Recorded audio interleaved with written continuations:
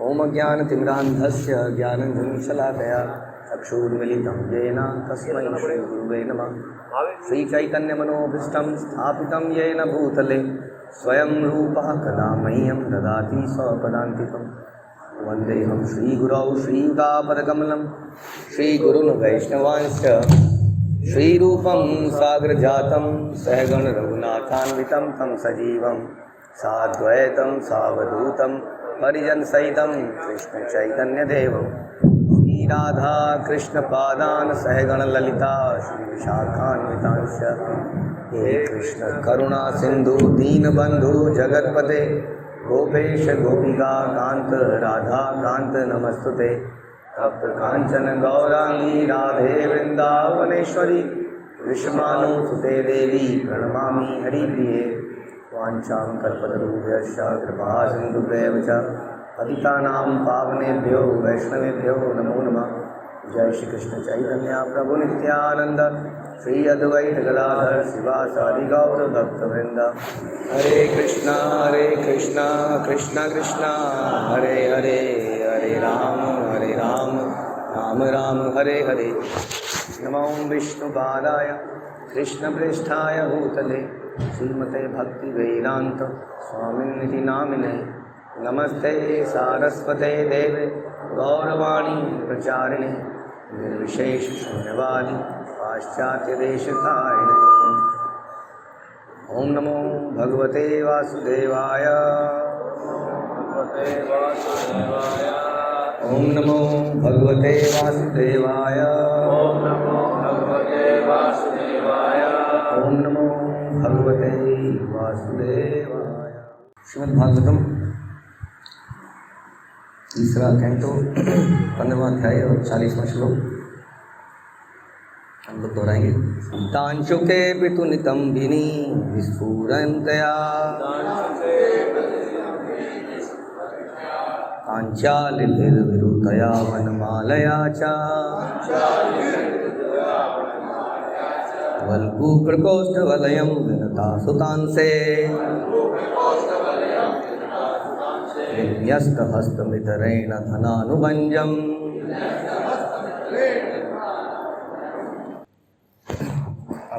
श्लोक की जय।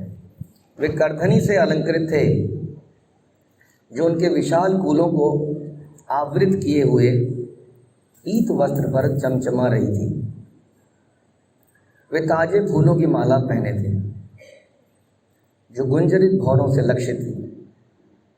उनकी सुंदर कलाइयों पर कंगन सुशोभित थे और वो अपनी एक हाथ अपने गरुड़ वाहन गरुड़ के कंधे पर रखे थे तथा दूसरे हाथ से कमल का फूल घुमा रहे थे। तात्पर्य, यहाँ पर मुनियों द्वारा स्वयं अनुभव किया गया भगवान का पूर्ण विवरण है। भगवान का शरीर पीले वस्त्रों से आच्छादित था और उनकी कमर पतली थी। वैकुंठ में जब भी भगवान के या उनके किसी पार्षद के वक्षस्थल पर फूल की माला पड़ी होती है तो यह वर्णन रहता है कि उस पर भौरें गुंजार करते हैं। ये सारे स्वरूप अत्यंत सुंदर तथा भक्तों को आकृष्ट करने वाले। भगवान का एक हाथ उनके वाहन गरुड़ पर था और दूसरे हाथ में वे कमल का फूल घुमा रहे थे। ये भगवान नारायण के नैतिक गुण हैं। तो ये जो चैप्टर है, अगर हम इसका थोड़ा सा बैकग्राउंड पढ़ें तो ये चैप्टर शुरू होता है दिति और कश्यप से, जब वो दोनों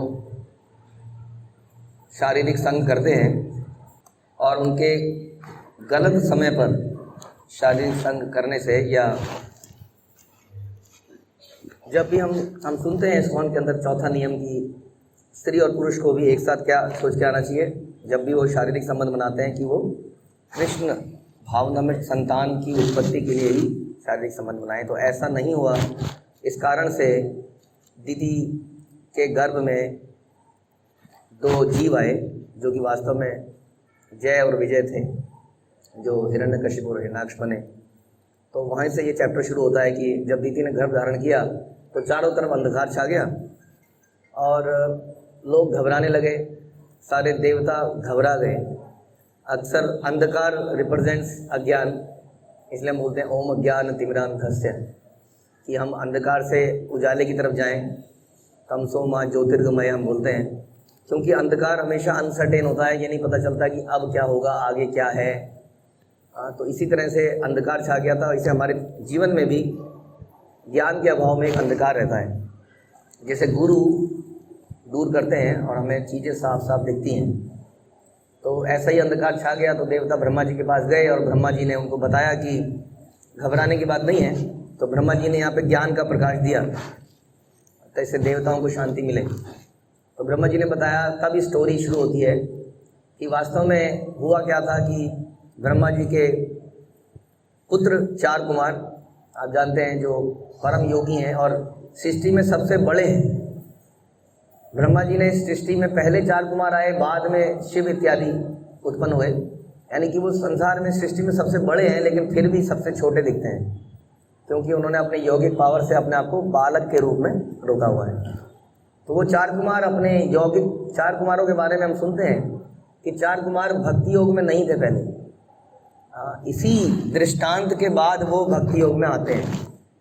4 कुमार योगी थे और परमात्मा का ध्यान हृदय में करते थे, और ये अपने शुद्धता के कारण एक बार ऐसा होता है कि ये वैकुंठ लोक में पहुंच जाते हैं। तो जब ये वैकुंठ लोक में पहुंचते हैं तो बहुत ही डिफरेंट दृश्य वहाँ पे देखते हैं। तो वहाँ पे क्या देखते हैं कि बहुत सुंदर पक्षी हैं। जैसे हम देखते हैं मोर कितना सुंदर पक्षी है, और बहुत अलग अलग कलरफुल पक्षी हैं, और कई गीत गा रहे हैं, कोयल गीत गा रही है। तो अचानक से एक भंवरा आता है और वो अपने गुनगुनाहट में, जैसे भंवरा बोलता है, भगवान की ग्लोरी बोलने लगता है। और तभी ये देखते हैं कि सारे के सारे पक्षी शांत हो गए। तो ऐसा नज़ारा ही वहाँ पर देखते हैं। उसके बाद ये क्या देखते हैं कि आगे चलते हैं कि वहाँ पर बहुत सारे जंगल है, वहाँ पे कल्प वृक्ष हैं, बहुत ही सुंदर दृश्य था। उन्होंने देखा कि बहुत सारे स्त्री पुरुष वाहनों में उड़ रहे थे, जो कि बहुत ही सुंदर थे। कुछ लोग अपनी पत्नियों के साथ थे, कुछ अपनी प्रेयसियों के साथ थे, और साथ साथ सटे हुए थे, लेकिन फिर भी एक दूसरे से कामोत्तेजित नहीं थे, और सब मिलके भगवान का गुणगान कर रहे थे। ऐसी जगह में भी तो उन्होंने वहाँ पर दृश्य देखा, और दृश्य को देख के उन्हें लगा कि ये कोई अलग ही जगह है, बिल्कुल जो आज तक देखी नहीं गई थी। तो इस दृश्य को देखते देखते 4 कुमार आगे बढ़ते गए, और बढ़ते बढ़ते वो वैकुंठ के 6 द्वारों को पार कर गए, और 7वें द्वार में वो पहुँचे। और 7वें द्वार में जब वो पहुँचते हैं तो उनके सामने जय और विजय खड़े थे, जो कि उस द्वार पे एक तरह का पहरा दे रहे थे, या जो भी था। वैकुंठ में पहरे की ज़रूरत तो नहीं है, लेकिन वो फिर भी वहाँ खड़े थे अपने स्वामी की सेवा के लिए। तो जय विजय ने जब उनको देखा तो उनको देखा कि बहुत ही सुंदर व्यक्ति हैं, उनका शरीर अलंकारों से भरा हुआ है, और उनके गले में माला है। जैसा कि अभी प्रभुपाद ने बताया कि उनके माला पे भंवरे घूम रहे थे, इतनी फ्रेश माला वहाँ पे है। हर चीज़ वहाँ की फ्रेश है, क्योंकि वहाँ की कोई भी चीज़ वस्तु नहीं है, हर चीज़ में जीवन है, आप जानते हैं। तो उनको देखकर उन्हें ऐसा महसूस नहीं हुआ, क्योंकि 4 कुमार अपनी यौगिक पावर से वहाँ पहुँच गया। जैसे भी भगवान ने उनको कृपा करी कि वो वैकुंठ तक आए, तो वो उस दरवाजे को भी खोलने लगे, बिना किसी इस बात की अनुभूति के कि उन्हें नहीं जाना चाहिए, क्योंकि 2 लोग रास्ते में खड़े हैं, या उन्हें परमिशन लेनी चाहिए। ऐसा विचार ही उनके दिमाग में नहीं था, क्योंकि एकदम वो ट्रांसेंडेंटल दिव्य भाव में आ गए थे। और उस दरवाजे के अंदर जाके वो भगवान का दर्शन करना चाह रहे थे, क्योंकि भगवान के दर्शन करने की व्याकुलता उनके अंदर बढ़ती चली जा रही थी। 6 द्वार वो पार कर चुके थे। अब 7वां द्वार जब जैसे ही उन्होंने खोलने का प्रयास किया, तो इन दोनों ने उनको रोक दिया। और ये दोनों ने क्या सोचा? इन दोनों ने सोचा कोई बालक है, दिगंबर रूप में अंदर जा रहा है, अप्रोप्रिएट तो नहीं है उनका जाना, ऐसा इनको लगा। तो ये हमें से ये सीख मिलती है कि हम भी भक्तों के समाज में रहते हुए कई बार भक्तों को जजमेंट कर देते हैं। कि कई बार हम कहते हैं कि ये उड़िया भक्त है, ये बिहारी भक्त है, ये नॉर्थ इंडियन भक्त है, ये साउथ इंडियन भक्त है, ये वगैरह वगैरह कई सारे के कैटेगराइजेशन हम कर देते हैं। जबकि हम सुनते हैं कि भक्तों में जात वात इत्यादि करना एक अपराध है, या हम भक्तों को में कुछ कमियां देख लेते हैं बिना ये सोचे समझे कि ये यहाँ तक आया है हम भगवान गीता में बोलते हैं कि मनुष्य नाम सहर्षेषु कश्चित यतति सिद्धे। बहुत ही कोई रेयर व्यक्ति है जो इस रास्ते पे चलता है, उसमें से कोई रेयर व्यक्ति है जो भक्ति के मार्ग पे चलता है। अगर यहाँ पर इस हॉल में आप सभी लोग बैठे हैं तो आप कोई साधारण व्यक्ति नहीं है, ये शास्त्र बताते हैं। यदि मैं ऐसा सोचने लगूँ कि ये साधारण व्यक्ति है, ये पैंट कमीज में है, ये धोती कुर्ता में है, या इनकी शक्ल ऐसी अच्छी नहीं है वगैरह वगैरह, तो ये बहुत बड़ा अपराध हो जाएगा, क्योंकि यहाँ पर बैठने वाला कोई साधारण व्यक्ति हो ही नहीं सकता है, क्योंकि संसार में भगवान का भजन करने वाले बहुत ही रेयर लोग हैं। और दूसरी बात, क्योंकि आप सभी भगवान से कनेक्टेड हैं, भगवान से रिलेटेड हैं, इसलिए मेरे लिए बड़े इंपॉर्टेंट होने चाहिए, क्योंकि आपका रिश्ता भगवान से है और हमारे जीवन में केंद्र बिंदु भगवान है, इसलिए उनसे संबंधित कोई भी व्यक्ति हमारे लिए बड़ा महत्वपूर्ण होना चाहिए, अब चाहे उसमें कोई कमी क्यों ना हो। लेकिन फिर भी चार कुमार के लिए जय विजय ऐसा नहीं सोच पाया कि यदि कोई व्यक्ति वैकुंठ में आया है तो कोई भक्ति तो होगा जो वैकुंठ में आया है, कोई साधारण व्यक्ति वैकुंठ में आ ही कैसे सकता है। तो ये बात अचानक से कई बार, देखिए इसमें क्या है कि भगवान की सारी लीला है, तो भगवान के सारे पार्षद हैं, हम उनके ऊपर भी दोषारोपण नहीं कर सकते कि जय विजय की भावना ऐसी थी, लेकिन हम अपने ऊपर ले सकते हैं कि कई बार हमें कुछ पावर्स मिल जाती हैं सेवा करते करते, और उस पावर के चक्कर में हम ये भूल जाते हैं कि हम किससे डील कर रहे हैं, हम भक्तों से डील कर रहे हैं। इसी तरह की लाइन में आप खड़े हो सकते हैं कई बार जन्माष्टमी की सेवा में, या किसी सेवा में आप खड़े हैं और लाइन आ रही है और बहुत ज़्यादा लाइन आ रही है और हमसे कई बार गलत शब्द निकल जाते हैं, और उन भक्तों के लिए जो भगवान का दर्शन करने के लिए आ रहे हैं, तो सिचुएशन बड़ी मुश्किल होती है, ये जानते हैं हम। लेकिन फिर भी हम ध्यान रखें इस दृष्टांत से कि कितना नुकसान, कितना भयंकर हो सकता है इस तरह से वैष्णव अपमान करना, और जय विजय उनको रोक देते हैं। अब चार कुमार की बात करें तो चार कुमार अभी तक शुद्ध भक्ति में नहीं आए थे, है ना, अभी तक वो भक्ति के मार्ग में नहीं थे, इसलिए उनका हृदय पूर्ण रूप से संतुष्ट नहीं था। जब हमारा हृदय पूर्ण रूप से संतुष्ट नहीं होता है तो हमें क्रोध आता है, क्योंकि हमारी लालसा बहुत होती है, लालसा पूरी ना होने पर हमें क्रोध आता है। अक्सर लोग कहते हैं कि एंगर मैनेजमेंट का सेशन कराइए। लोग सोचते हैं कोई जादू मंत्र सा बोलो और हम गुस्से पे कंट्रोल करना सीख जाएं। सभी लोग संसार में यही चाहते हैं, इसलिए कॉर्पोरेट्स में बहुत सारी ट्रेनिंग होती है एंगर मैनेजमेंट के ऊपर। लेकिन वास्तव में हम सुनते हैं कि कृष्ण भक्त निष्काम अतएव शांत, भुक्ति मुक्ति सिद्धि कामी सकले अशांत। तो ये अशांति का कारण भौतिक इच्छाएं हैं, और भौतिक इच्छाएं किसी एक मोटिवेशनल लेक्चर से पूरी नहीं हो सकती है। उसके लिए हमें भक्ति योग में लगना पड़ेगा, भगवान के रूप नाम गुण लीला के माधुर्य को चखना पड़ेगा, और तब हम जब चख के संतुष्ट हो जाएंगे तब हमें गुस्सा ही नहीं आएगा। यदि आपका पेट अच्छे तरह से भरा हुआ हो और उसमें बहुत सारा व्यंजन अभी और पड़ा हो और आपकी थाली से कोई उठा के ले जाए तो आप इतने क्रोधित तो नहीं होंगे, लगता नहीं है। लेकिन आपको बहुत जोर से भूख लग रही है और आपकी कोई थाली छीन ले तो आप शाप ही दे देंगे उसको। तो इसका मतलब जब हम संतुष्ट हो जाते हैं तभी इस संसार में, कलयुग में इतना कलह क्यों है? जब बात बात पर लोग लड़ने लगते हैं क्योंकि असंतुष्ट हैं, इसलिए इतनी कलह है। लेकिन भक्ति योग में लगने से तुरंत ये सारे कलमश दूर जाते हैं, क्योंकि व्यक्ति संतुष्ट हो जाता है। तो अभी तक इन्होंने वो भक्ति योग का स्वाद नहीं चखा था, तो इन्होंने भी क्या किया, अच्छा मुझे रोकते हो, ऐसे में हमें कोई रोके तो हमें क्या सोचना चाहिए कि भक्त की सेवा लगी है, वो अपनी सेवा कर रहे हैं, हम शांत हो जाते हैं। लेकिन क्या होता है कि हम भी बराबरी से झगड़ने लगते हैं। एक बार एक व्यक्ति, मैंने सुना था आई थिंक जुहू मंदिर की बात है या कहीं की बात है, कि जब ये होटल मतलब में कोई व्यक्ति हमारा फुल टाइम डोनर वहाँ पे रहने आया और साथ में कुत्ते को ले आया आपने।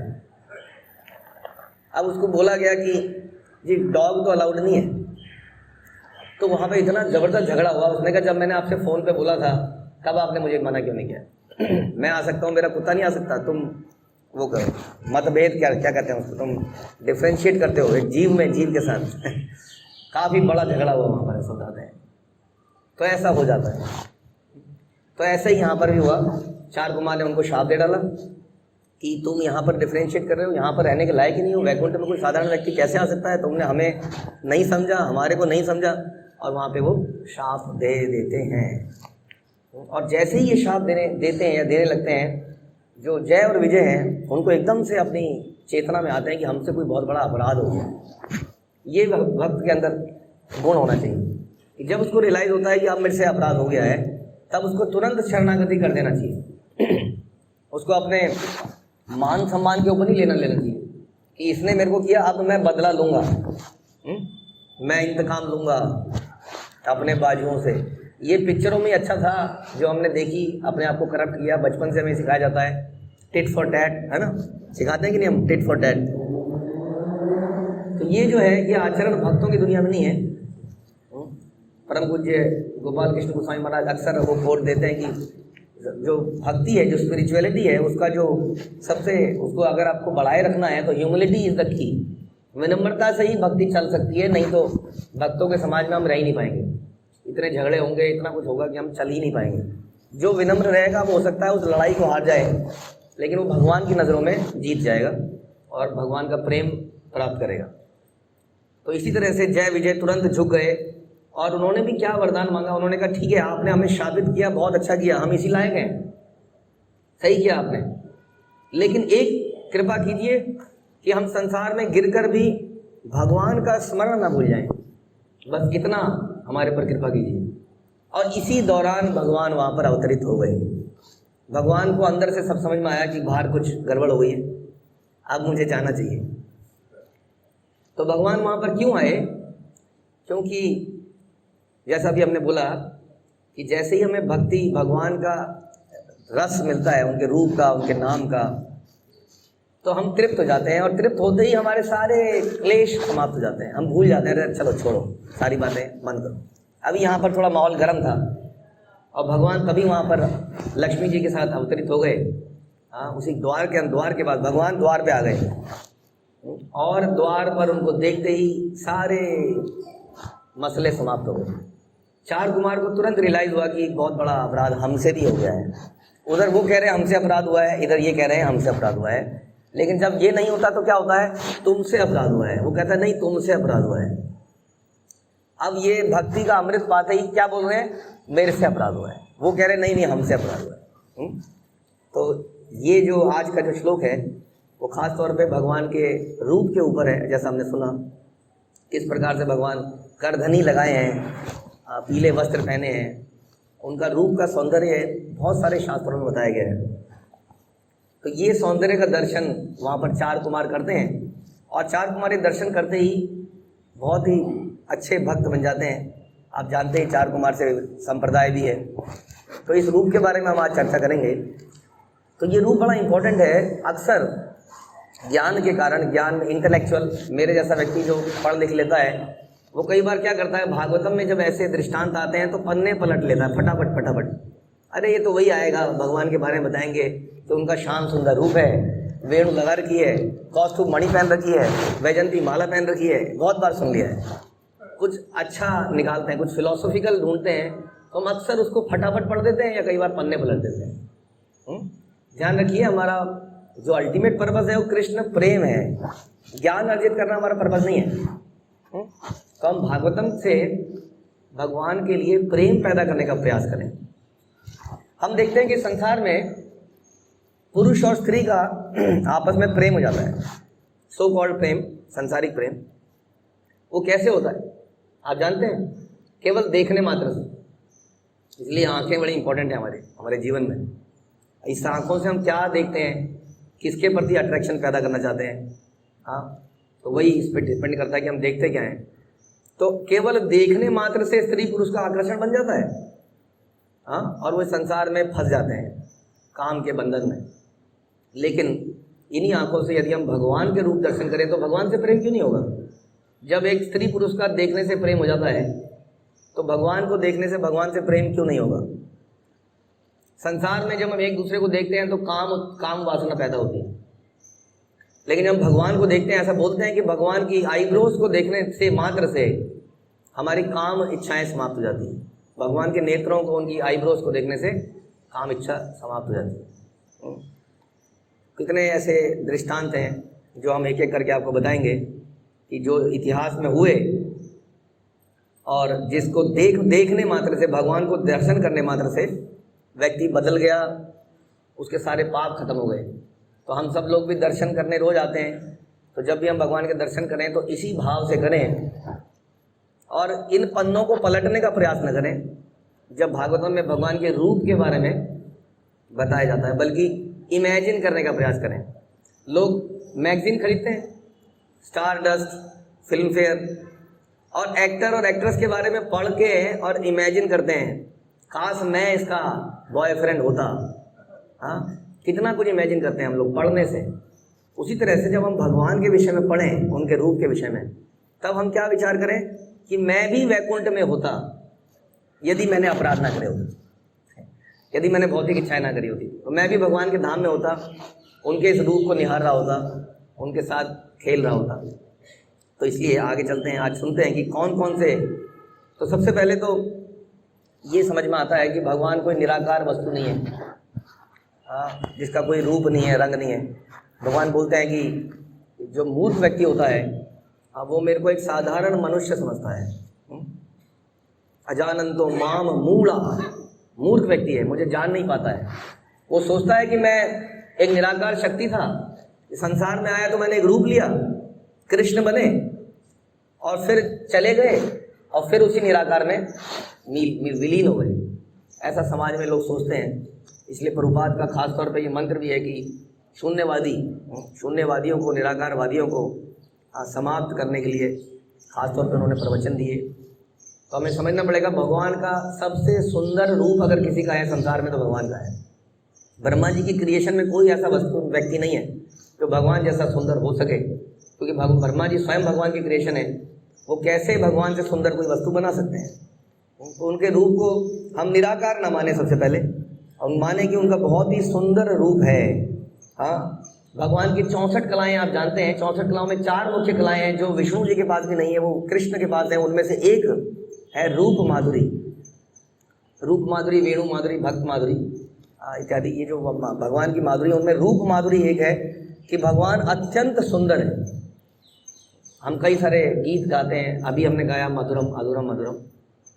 तो इस प्रकार से हमें समझना पड़ेगा कि ये एक विशेष गुण है, रूप, जो और किसी के पास है ही नहीं संसार में। Even Vishnu does not possess this. भगवान कृष्ण के पास जो खास तौर पे जो उनकी मधुरिमा है, तो इस पर विशेष हम ध्यान दें। हम सुनते हैं भगवान के रूप, गुण, लीला इत्यादि, तो हम नाम पर तो जोड़ देते हैं, लेकिन साथ ही साथ श्रील प्रभुपाद ने हमें सिखाया कि कैसे विग्रहों के दर्शन करने हैं। तो दर्शन बड़े इंपॉर्टेंट हैं, इसको भी ध्यान में रखें। तो हम एक एक करके कुछ ऐसे दृष्टांत पढ़ने के प्रयास करेंगे जिसमें भगवान के दर्शन करके कोई व्यक्ति केवल दर्शन करने से एकदम से ट्रांसफॉर्म हो गया, बदल गया। तो आपने सुना होगा सब लोगों ने, चैतन्य महाप्रभु जब वाराणसी में गए तो वाराणसी में उन्होंने जो जितने भी ये मायावादी लोग थे वहाँ पे एकत्रित हो गए थे। प्रकाशानंद सरस्वती उनके लीडर थे और वहाँ पर वो कुछ दर्शन की बात कर रहे थे, अपनी फिलोसॉफिकल डिस्कशन कर रहे थे। और चैतन्य महाप्रभु वहाँ पर पहुँचते हैं और चैतन्य महाप्रभु उनकी सभा में ना बैठकर एक ऐसी जगह पर बैठ जाते हैं जहाँ पर लोग हाथ पैर धोते हैं, जहाँ चप्पल उतारते हैं। माने इस हॉल के कोने पे वहाँ पे चप्पल उतारी जाती है, वहाँ पे जाके चैतन्य महाप्रभु बैठ जाते हैं। अब जैसे ही ये निराकारवादी, ये मायावादी लोग भगवान का दर्शन करते हैं, भगवान के शरीर की कांति को देखकर ये अपने आप को रोक ही नहीं पाते। उनके अंदर से एक दिव्य ज्योति निकल रही थी, चमक निकल रही थी, उनका रूप अद्भुत था। इसको देखकर ये लोग वहाँ से उठकर भगवान को लेने जाते हैं और बोलते हैं आप यहाँ पर मत बैठिए, आपके शरीर से ये अद्भुत प्रकाश निकल रहा है, आप तो साक्षात नारायण ही हैं, आप आके हमारे साथ बैठिए। तो ये कहने का मतलब है जो एकदम निराकारी, एकदम मायावादी व्यक्ति भी है, वो भी जब भगवान के दर्शन करता है तो उसका हृदय परिवर्तित हो जाता है। उसके बाद में वो भगवान के प्रवचन सुनते हैं और प्रकाशानंद सरस्वती बदल के भक्त बन जाते हैं। तो पहला अट्रैक्शन क्या था? पहला अट्रैक्शन था भगवान का रूप, जिसको देखकर वो एकदम से अट्रैक्ट हो जाते हैं। एक और ऐसी कथा आप सुनेंगे, आप सुनिए आपने, सार्वभौम भट्टाचार्य की। कि सार्वभौम भट्टाचार्य भी इसी तरह हम देखते हैं कि भक्ति योग में डायरेक्टली तो लगे हुए नहीं दिखते थे। तो वो वहाँ के हेड थे जगन्नाथ मंदिर के, वहाँ के सारी एडमिनिस्ट्रेशन, पुजारी वगैरह के, और वहाँ बैठे थे तो अचानक से चैतन्य महाप्रभु एंटर करते हैं मंदिर में और देखते देखते भगवान की तरफ, भगवान का आलिंगन करने के लिए जाते हैं और रास्ते में ही बेहोश होकर गिर जाते हैं। और ये घटना सार्वभौम भट्टाचार्य देखते हैं और तुरंत भागते हैं उस सन्यासी की तरफ जो अचानक से गिर गया अभी, और उसको जब देखते हैं, उसको उठाते हैं तो उसके रूप से मोहित हो जाते हैं और इतने मोहित हो जाते हैं कि उनकी सेवा करते हैं, उनको उठा के घर लेके जाते हैं और काफ़ी समय तक उनकी सेवा करते हैं। हाँ, तो ये भी एक और एग्जाम्पल है, जब वो रूप से बहुत ज़्यादा मोहित हो जाते हैं और उनको बहुत ज़्यादा रिस्पेक्ट देते हैं। उसके बाद में आपकी कथा आगे तो आपको पता ही है क्या होता है कि अल्टीमेटली सार्वभौम भट्टाचार्य भी एक बहुत ही शुद्ध भक्त बन जाते हैं। तो उनका अट्रैक्शन भी, पहला अट्रैक्शन यही था भगवान का रूप का। आप में से कई लोग ऐसे होंगे जो खास तौर पे इस्कॉन में इसलिए जुड़े होंगे, जब वो विग्रहों को देखते हैं तो ऐसे विग्रह उन्हें कहीं दिखते नहीं है, ऐसी साज सज्जा है ना। विग्रह एक स्पेशल अट्रैक्शन है हमारे इस मंदिर के भी, इस परंपरा के भी, जिसमें कितने लोग केवल विग्रहों का दर्शन करने के लिए आते हैं। उन्हें इस क्लास में से कोई मतलब नहीं है, प्रारंभ में एटलीस्ट वो केवल दर्शन करने आते हैं, चले जाते हैं। और काफ़ी सालों तक कई बार ऐसे लोग धीरे धीरे मंदिर में बैठ के शुद्ध भक्त बन जाते हैं। तो इसलिए ये भी एक एग्जाम्पल है। उसके बाद एक स्टोरी आती है, एक हिस्ट्री रामानुज संप्रदाय से धनुर्धर की, कि धनुर्धर एक ऐसे व्यक्ति थे जो कि रूप से अट्रैक्टिव थे, लेकिन सांसारिक रूप से अट्रैक्टिव थे। स्त्री पुरुष के अट्रैक्शन से वो रूप से बड़ा अट्रैक्टिव थे। तो एक बार रंगनाथ जी का प्रोसेशन निकल रहा होता है, यात्रा निकल रही होती है, सब लोग बहुत नाच रहे होते हैं, गा रहे होते हैं। तो तभी रामानुजाचार्य क्या देखते हैं कि ये जो धनुर्धर हैं ये रंगनाथ जी को ना देखकर कहाँ देख रहे हैं, एक स्त्री की तरफ देखे जा रहे हैं, कंटिन्यूसली उसी लेडी को देखे जा रहे हैं। उनको कोई मतलब नहीं है, सारा संसार तो भगवान को देख रहा है। तो पूछते हैं कि क्या तुम क्या कर रहे हो, भगवान के दर्शन क्यों नहीं करते? तो कहते हैं जी ये स्त्री की जो आंखें हैं, इससे सुंदर वस्तु मैंने कोई देखी नहीं है, इससे सुंदर कोई चीज़ दिख जाएगी तो मैं इनको छोड़ दूँ। तब रामानुजाचार्य तुरंत भगवान से प्रार्थना करते हैं और उनको पकड़कर उनको भगवान के सामने लेके जाते हैं। भगवान से प्रार्थना करते हैं, हे भगवान इनको अपना दिव्य रूप दिखाइए, हाँ इनको अपनी दिव्य आंखें दिखाइए। और तुरंत जो है भाई भक्त की पुकार सुनकर भगवान उनको अपना दर्शन देते हैं और उस दर्शन को देख के वो तुरंत कहता है कि आज के बाद ये आंखें किसी और को नहीं दिखेंगी, केवल भगवान का ही दर्शन करेंगे। और उनका जो अट्रैक्शन है, जैसा हम बोल रहे थे कि जो काम वासना का जो अट्रैक्शन है वो समाप्त हो जाता है और भगवान के इतने शुद्ध भक्त बनते हैं। बाद में आपको मालूम है कि उनके घर पर ब्रह्मचारियों को भेजा जाता है, वो एक अलग कथा है। इतने शुद्ध भक्त बन जाते हैं कि वो ब्रह्मचारियों के लिए भी एक मिसाल बन जाते हैं कि कैसा भक्त को होना चाहिए। तो ये कुछ ऐसे एग्जाम्पल हैं जिसमें हम देखते हैं कि भगवान का दर्शन करने से व्यक्ति का हृदय एकदम से बदल जाता है। तो दोनों दर्शन इंपॉर्टेंट है, दर्शन मतलब फिलॉसफी और दर्शन साक्षात भगवान के दर्शन। उसके बाद में और भी कई सारे दृष्टांत हैं जो आज हम कोशिश करेंगे जितना भी समय मिलेगा। हम सुनते हैं एक ऐसे योद्धा के बारे में। अब जनरली योद्धा कैसे होते हैं, बड़े रजोगुणी लगते हैं, मतलब किसी को मारना पीटना काटना, उनके पास इतना समय कहाँ है कि रूप को निखारें। ऐसा लगता है कि रूप को निहारने वाले तो कवि होते हैं, शांत भक्त हैं जो कुछ नहीं कर पा रहे हैं इत्यादि कई बार सोचते हैं हम लोग। लेकिन हम सुनते हैं भीष्म पितामह के बारे में। तो भीष्म पितामह कैसे योद्धा थे आप जानते हैं, जो कभी युद्ध में नहीं हारे, भयंकर युद्ध करने वाले। किस प्रकार से उन्होंने भगवान को भी अस्त्र उठाने के लिए मजबूर किया। तो वो जब अपने अंतिम समय में होते हैं तो भगवान की प्रार्थनाएं करते हैं। आप जानती हैं कि स्वयं भगवान उनका दर्शन करने के लिए आते हैं युधिष्ठिर महाराज पांडवों के साथ। तो अपनी अंतिम प्रार्थनाओं में जो भीष्म पितामह स्तुतियाँ करते हैं, उन स्तुतियों में से एक स्तुति मैं आपको सुनाना चाह रहा था, जो कि पहले कैंटो के 9वें अध्याय के 33वें श्लोक में है। तो इस प्रकार है, त्रिभुवन कमनम तमाल वर्णम रविकर गौर वरांबरम दधाने वपु अलग कुल आवृत अनन अंबज विजय सखे रतियस्तु में अनुमद्या। यानी कि ये श्री कृष्ण अर्जुन के घनिष्ठ मित्र हैं। वह इस धरा पर अपने दिव्य शरीर के साथ आए हैं। ये बड़ा इंपॉर्टेंट है कि जनरली लोग भगवान के रूप को क्यों नहीं मानते। उन्हें लगता है कि रूप तो हमारे और आपके जैसे लोगों का होता है। अगर भगवान का भी रूप है तो भगवान तो कोई शक्ति है, कोई पुंज है, कोई दिव्य ज्योति है। वो रूप को मान नहीं पाते क्योंकि उन्हें लगता है हमारा रूप है। अब हमारी इतनी सुंदर नाक लगी है ना, कईयों की नाक बड़ी तीखी होती है, लेकिन नाक के अंदर जब उंगली डालते हैं तो बड़ा गंदा निकलता है कि नहीं। तो बड़ा सुंदर शरीर है लेकिन इस शरीर के अंदर बड़ी गंदगी है। इसलिए लोग भगवान के शरीर को मानने को तैयार नहीं होते कि अगर भगवान का भी ऐसा रूप है इसका मतलब भगवान के अंदर भी यही गंदगी है। उनके गाल फूले कैसे होंगे, उनके भी इसका मतलब मसल्स हैं, मांस है, खून बह रहा है। लेकिन हम नहीं समझ पाते कि भगवान का शरीर क्या है, सच्चिदानंद है, दिव्य है। हमारे शरीर में आत्मा है जो हमारा असली स्वरूप है, उसका साइज जो है केवल बाल के अगर हिस्से के 10,000वां हिस्सा है, लेकिन वो भी दिव्य है, सच्चिदानंद है। लेकिन भगवान का पूरा शरीर ही उसी तत्व से बना है, सच्चिदानंद से। इस बात को हम नहीं समझ पाते। तो बीच में तामा यहाँ कह रहे हैं कि जब वो इस संसार में आते हैं तो अपने दिव्य शरीर से आते हैं, लेकिन आम आदमी ये समझ नहीं पाता है, इसलिए वो भगवान के शरीर को मना कर देता है कि भगवान का कोई रूप नहीं है, वो एक निराकार शक्ति है।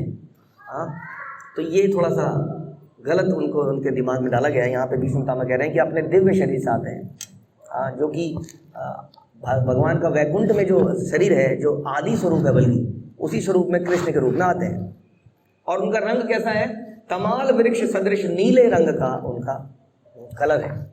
अब ये जो कलर है, संसार में कई बार हम सोचते हैं काले, भगवान को काला देखते हैं हम, हालांकि भक्तों को तो वो काला रंग भी बड़ा सुंदर लगता है वाकई में, लेकिन वो जो रंग है वो तो हम लोग रिप्रेजेंट करने का प्रयास करते हैं। वो रंग तो हम बना नहीं सकते हैं क्योंकि वो तो दिव्य रंग है ना। कई बार हम बोलते हैं कि मानसून के जो बादल हैं ऐसा भगवान का रंग है, गहरा नीला रंग है। तमाल वृक्ष से कंपेयर किए जा रहे हैं यहाँ पर, तमाल वृक्ष जैसा उनका रंग है।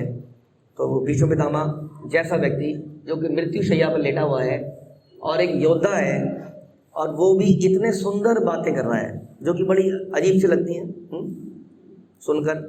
तो ये है, इसलिए हमें अपने हृदय को हमेशा सॉफ्ट बना के रखना है। ऐसा ना हो कि ज्ञान हमारे हृदय को कठोर बना दे, बहुत सारे व्रत तपस्या इतना कठोर बना दे कि हम भगवान के रूप को निहार ना पाएं या अप्रिशिएट ना कर पाएं, जो कि भीष्म पितामह कर रहे हैं। कि तमाल वृक्ष जैसा उनका नीला रंग है, उनका शरीर तीनों लोगों में हर किसी को आकृष्ट करने वाला है। हाँ, इसलिए प्रभुपाद ने बोला था कृष्ण का मतलब काला नहीं होता है, जो सबको अट्रैक्ट कर ले वही है कृष्ण, सभी को आकर्षित कर ले। वो अपने रूप से सभी को आकर्षित कर लेते थे। आप जानते ही हैं, चाहे वो बड़ी गोपियाँ हों, चाहे वो छोटी हों, चाहे गोप हों, चाहे वयोवृद्ध हों, चाहे पेड़ हों, चाहे लताएं हों, चाहे यमुना हो, अपने रूप से वो सभी को आकर्षित कर लेते हैं। ऐसा उनका शरीर है जो तीनों लोगों के लोगों को आकृष्ट कर लेता है। उनका चमचमाता पीतांबर तथा चंदन चर्चित मुख कमल मेरे आकर्षण का विषय बने। तो मेरे आकर्षण का विषय एक योद्धा कह रहा है, क्या बने? उनके कपड़े, उनके वस्त्र, उनका चमचमाता हुआ चेहरा, उनके मुख की हंसी, ये मेरे आकर्षण का विषय बने, ना कि कोई भौतिक वस्तु मेरे आकर्षण का विषय बने। ऐसी वो प्रार्थना कर रहे हैं। और हम जब इन लोगों की प्रार्थना सुनते हैं तो हमारी भी प्रार्थनाएं ऐसी ही होनी चाहिए कि हमारे भी आकर्षण का मुख्य क्या बने। ये मुंबई है, आप जानते ही हैं, कलाकारों की दुनिया है, सितारे यहाँ बहुत हैं, जमीन पे सितारे चलते हैं यहाँ पर। तो इसलिए कहीं उन सितारों के चक्कर में हम ना पड़ जाएं। हमारा आकर्षण का केंद्र बिंदु बने ये भगवान,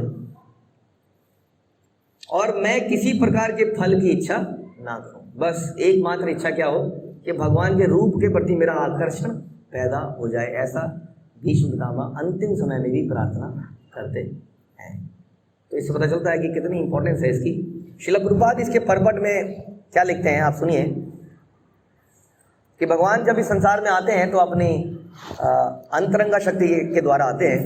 उनके शरीर जो है दिव्य होता है, और खास तौर पर बताते हैं कि पूरे संसार में कोई भी इतनी सुंदर वस्तु नहीं है जितना कि कृष्ण है। पूरे संसार में ऐसी वस्तु नहीं है। प्रभुपाद अक्सर कहते थे कि ये संसार this is shackles of sex life. ये क्यों भाग रहा है, लोग इतने जोर से क्यों भाग रहे हैं चारों तरफ? Only by the attraction of male and female, जिसके कारण वो फिर शादी करते हैं और फिर शादी चलाने के लिए नौकरी करते हैं, फिर भागते हैं, दौड़ते हैं। केवल ये अट्रैक्शन, मेल और फीमेल की अट्रैक्शन से सारा संसार चल रहा है। बस इतना ही करना है कि धनुर्धर की तरह हमारी अट्रैक्शन वहाँ से हट के भगवान में लग जाए, तो हमारी गाड़ी एकदम सही रास्ते में चल पड़ेगी। कहते हैं कोई भी इतना सुंदर नहीं है, अगर आप रूप को ढूंढ रहे हो चारों तरफ, तो वही रूप जो है दिव्य रूप भगवान में है और कहीं पर नहीं। इसलिए बता रहे हैं श्रील प्रभुपाद कि उनकी जो शरीर है, उनका इस संसार में किसी भी वस्तु से कोई लेना नहीं, यानी कि उनका शरीर बिल्कुल भी भौतिक नहीं है।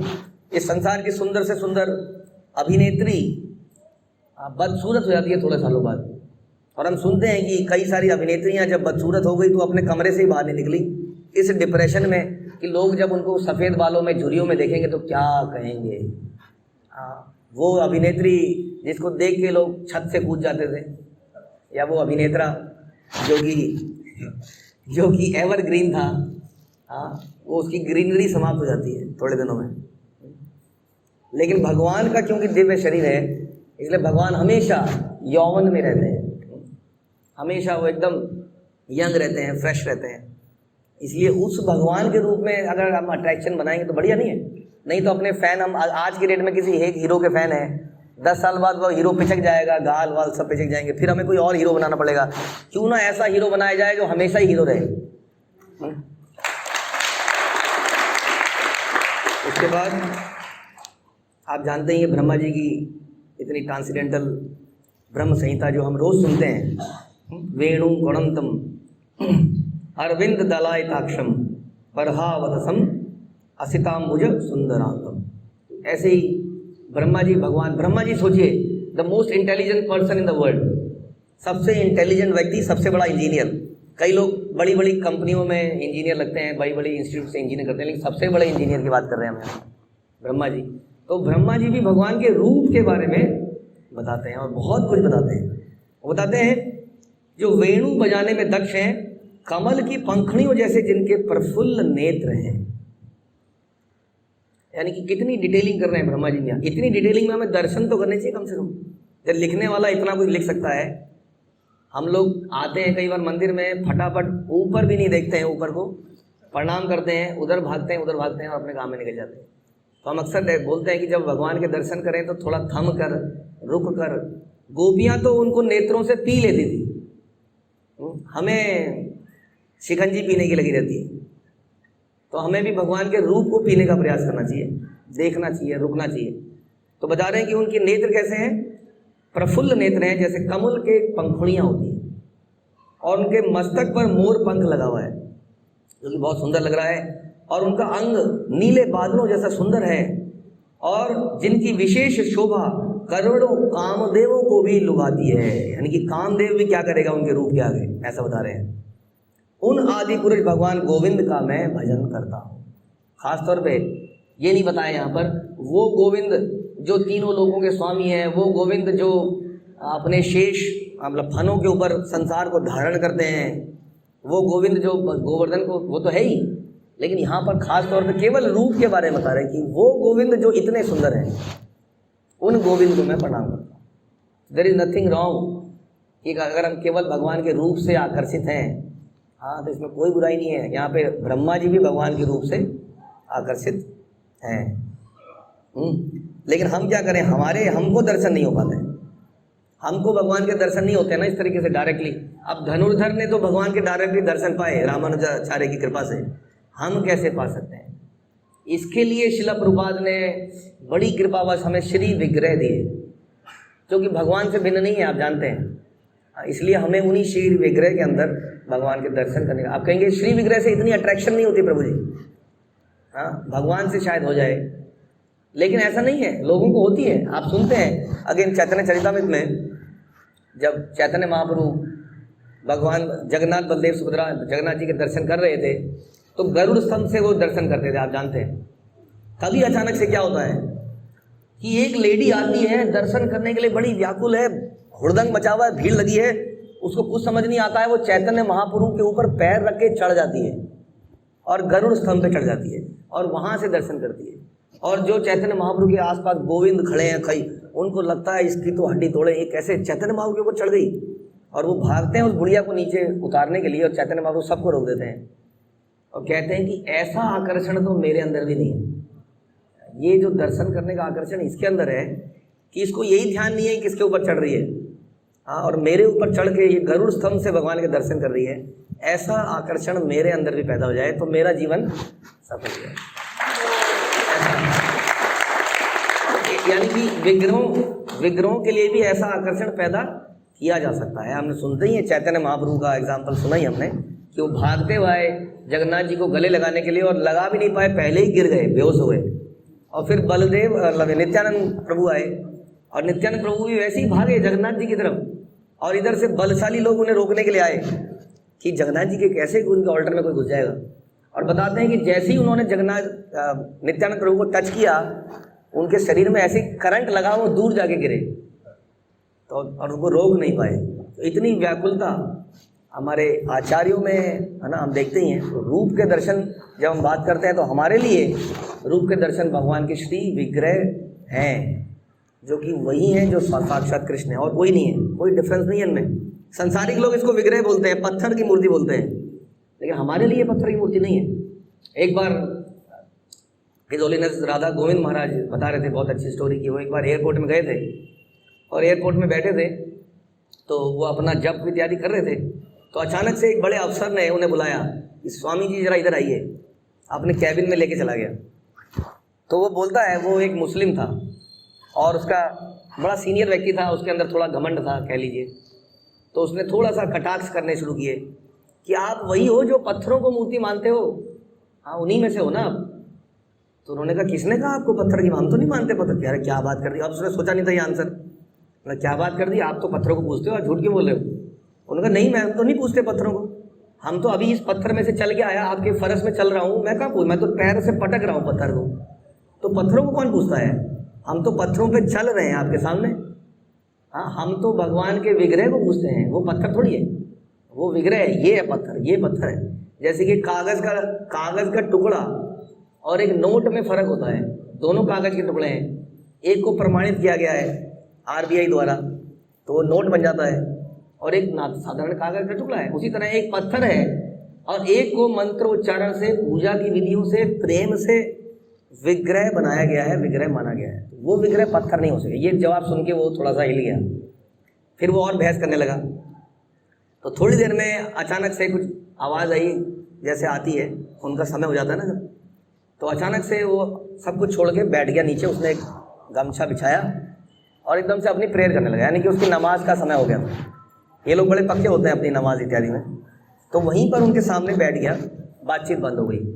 अब ये अपनी प्रेयर करे, राधा गोविंद महाराज ने थोड़ा वेट किया, और जब ये अपनी प्रेयर से उठे तो उन्होंने बोला किसको कहाँ किसकी प्रेयर कर रहे थे। उन्होंने कहा अल्लाह की प्रेयर कर रहे थे।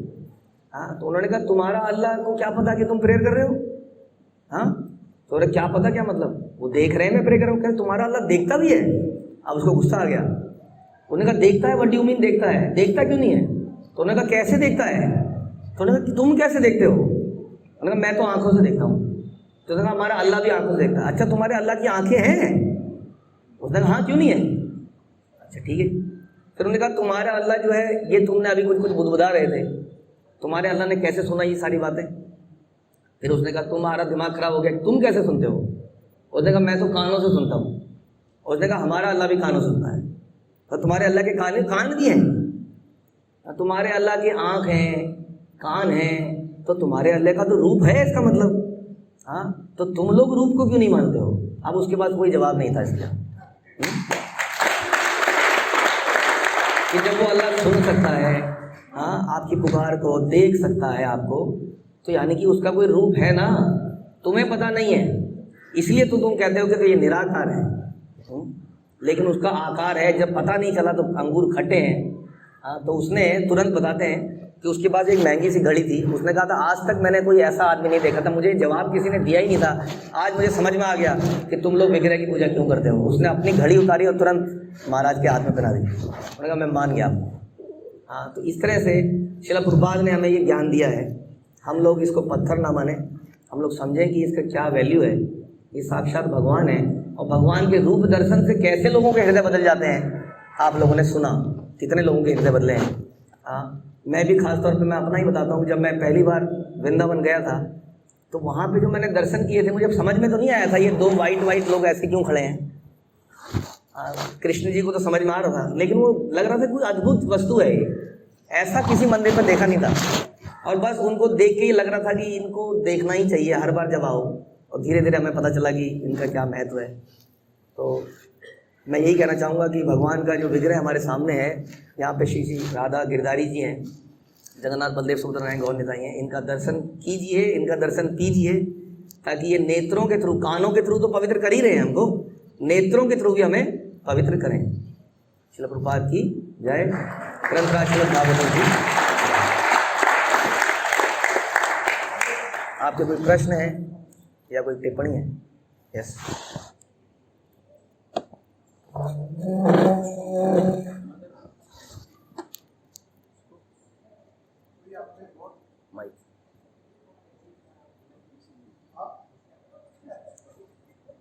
हरे कृष्णा।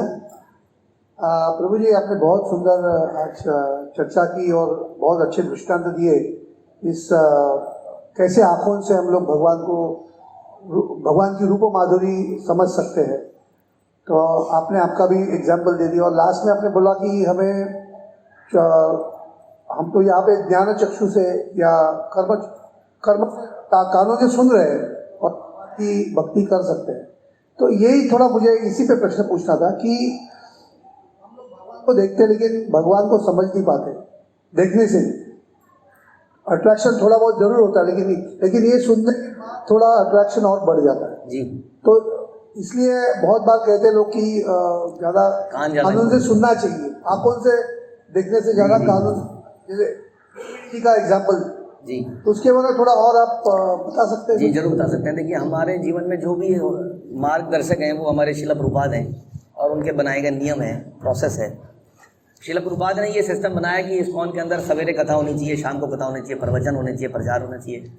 लेकिन आप ये देखेंगे कि श्रील प्रभुपाद ने ही ये सुंदर विग्रहों का प्रोसेस बनाया। उन्होंने खास तौर पे रामानुजाचार्य जहाँ से जो भी श्री संप्रदाय से हमने डीटी वर्शिप की बहुत सारे प्रोसेसेस को लिया, और जितनी एलेबोरेट वर्शिप हमारे यहाँ होती है और सजाया जाता है वो कहीं नहीं सजाया जाता। इसका मतलब ये है कि ये विग्रह ये इतने इंपॉर्टेंट है कि आप पहले एक्चुअली में सबसे पहले हम दिन की शुरुआत भगवान के दर्शन से ही करते हैं। हमारी मंगला आरती होती है, पहले हम पट खोलते हैं, दर्शन करते हैं और फिर प्रभुपाद ने बाकी का प्रोसेस बनाया।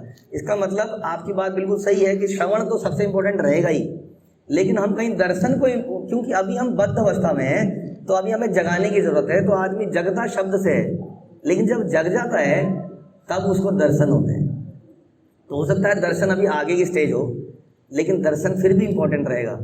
और हमें समझ में नहीं आते हैं तो हम कोशिश कर सकते, इसलिए मैंने बोला थोड़ी देर रुक के दर्शन करें, भागते दौड़ते हुए दर्शन ना करें। हम अगर थोड़ी देर रुकेंगे, देखते रहेंगे तो मुझे लगता है अट्रैक्शन पैदा होगा और धीरे धीरे शब्दों से तो जा ही रहे हैं शुद्धता।